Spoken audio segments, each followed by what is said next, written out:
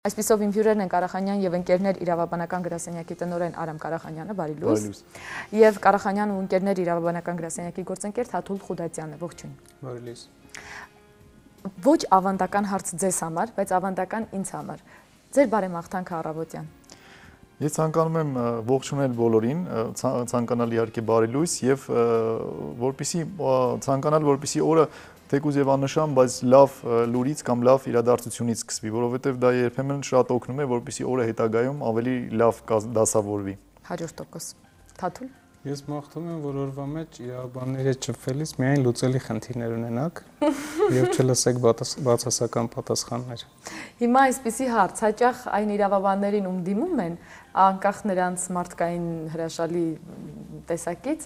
լինում է խնդիր, որովհետեւ որոշ իրավաբաններ ունենալով բարձրագույն եւ համապատասխան կրթություն, ժամանակին ճիշտ չեն կողմնորոշվել իրենց իրավաբանական կրթության հարցում եւ ի վերջո չեն գտնվում այն տեղում, որտեղ որ պետք է լինեն։ Այս առումով ինչպես է իրավաբանն ընտրում իր մասնագիտությունը եւ արդյոք ինչպես կարելի է ճիշտ կողմնորոշվել տվյալ անձին։ Խնդիրը ինքը շատ կարևոր է եւ գլոբալ, ինչու որովհետեւ ներողություն հիմնավորեմ ժամանակին վրա ասում են ուր ես ընտրում դե իրավաբանական, այսինքն դա ինչ որ նաեւ մոդայի տեղի քեր նաեւ турքեր, որ ծնողներն էին ճնշում գործադրում կամ ինչ որ պետական այրերի երեխաներ պետք է գնային անպայման իրավաբանական։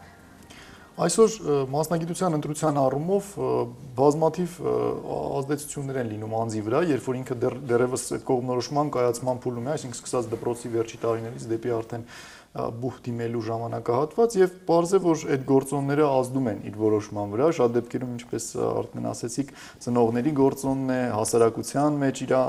որոշակի դիրք ձեռք բերելու եւ որոշ երրորդ կամ չորրորդական է գնում իր ներքին ցանկությունը կամ իր էությունը, թե ի վերջո ինքը այս կյանքում ով է եւ ոնց է տեսնում իր ապագան։ Այդ առումով իհարկե բավականին լուրջ խնդիր է առաջանում, բայց դա առաջանում է հետագայում, այսինքն երբ անձը ավարտելով բուհը, ստանալով դիպլոմ, չի սիրում իր մասնագիտությունը, չի հասկանում թե չի կարողանում պատասխանել այն հարցին, թե ինչու է ընտրել այդ մասնագիտությունը եւ այլն եւ այլն եւ այլն։ Այդտեղից բխող արդեն բոլոր խնդիրները, որ արդեն աշխատանքի փուլում, այսինքն այն ժամանակ, երբ որ ինքը այսպես ասած արդեն մասնագետ է, բայց պետք է իր մասնագիտական հմտությունները արդեն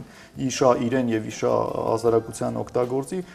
իր համար պարզում է, որ ինքը առանձնապես պիտանի չի կամ նույնիսկ ցանկություն էլ չունի այդ մասնագիտությամբ աշխատելու։ Մի այսպեսի բան, Թատերական ինստիտուտը ավարտում են հարյուրավոր մարդիկ, բայց բոլորը չէ որ դառնում են դերասան։ Ցանկացած պարագային այդ ինստիտուտը ավարտելով գոնե լինում են կիրթ եւ արվեստը սիրող ու գնահատող մարդիկ, բայց դրանով ողբերգություն տեղի չի ունենում եւ դա նրանք չեն խաղում մարդկանց ճակատագրերի հետ, հա։ Մաքսիմում կարող է լինել օրինակ միջակ դերասան, ոչ ավելին։ Իրավաբանական ինստիտուտը ավարտելուց հետո, այսինքն տվյալ համապատասխան կրթություն ստանալուց հետո, երբ արդեն բարձրագույն պետական ինստանցիաներում նրանք կարող են, որովհետեւ ունեն ասենք թե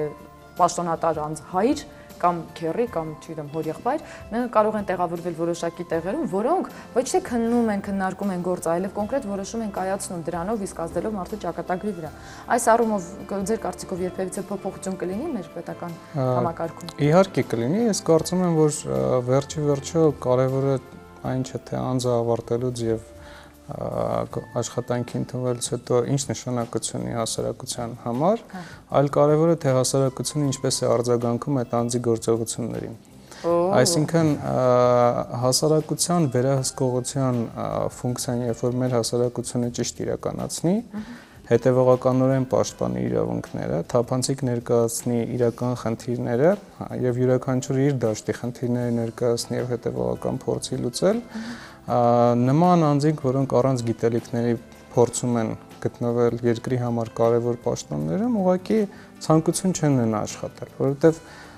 պաշտոնյայի աշխատանքը չափազանց դժվար, պատասխանատու եւ օրենքներով կարգավորված աշխատանք է եւ իր ժամկետներով եւ պատասխանատվությամբ։ Ներողություն պետք է լինի, թե է։ Այո, կա, օրենքներ կան, որ սահմանում են պաշտոնյայի աշխատանքի ժամկետները, թե ինչ ժամկետում պետք է տեղեկատվություն տրամադրի, որոշում կայացնի, ինչ կարգով պետք է այս կամ այն փաստաթուղթ տոզի, այսինքն յուրաքանչյուր փաստաթղթի ձև, հրամանի ձև, աշխատանքի ժամկետ, այդ բոլորը կարգավորված են օրենքով։ Եվ եթե հասարակությունը ճիշտ իրականացնի վերահսկելու իրավունքը եւ ֆունկցիան,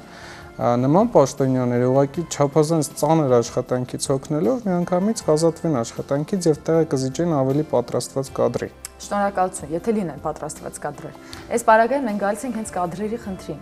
եւ որը բխում է էլի կողմնորոշումից, հա, իրենց մասնագիտական։ Հաճախ մարդիկ հայտնվում են ինչ որ տեղերում, որը իրենցը չէ, դրանով արդեն հետ մղելով այն մասնագետին, որը կարող է լինել այդտեղ եւ լինել կոմպետենտ։ Բայց դա նաև համամարտկային հարց է այսօր, ցավոք սրտի մեր պետության լուծելիքը չէ։ Կադրային առումով կան փոխարինողներ։ Հարցը մասնավորեցնեմ։ Մենք ասում ենք անփոխարինելի մարդիկ չկան, բայց ցավոք սրտի Հայաստանի Հանրապետությունում այսօր ռեալ Թաթուլ Խուդաձյանը անփոխարինելի է, Արամ Ղարախանյանը անփոխարինելի է, ես միշտ դա ասում եմ, դա այդպես է, ցավոք սրտի։ Խնդիրը նրանում է, որ նորից երբ որ վերադառնում ենք կադրերի խնդրին, պետք է տեսնել, թե մենք ինչ զարգացում ունենք։ Ասենք մոտ նախորդ 15 տարիների ընթացքում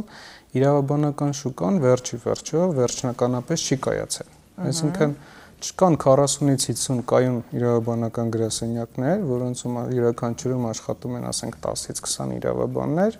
որոնք վերջիվերջո այդ շուկայում ունեն ձայնի իրավունք եւ նաեւ որոշակի ստանդարտներ թելադրելու իրավունք։ Վերջիվերջո կադրերը առաջանում են այն ոնց որ խմորումները լինում են այն վայրերում, երբ որ կա փորձ, կա որոշակի ստանդարտներ փոխանցելու հնարավորություն եւ մարդը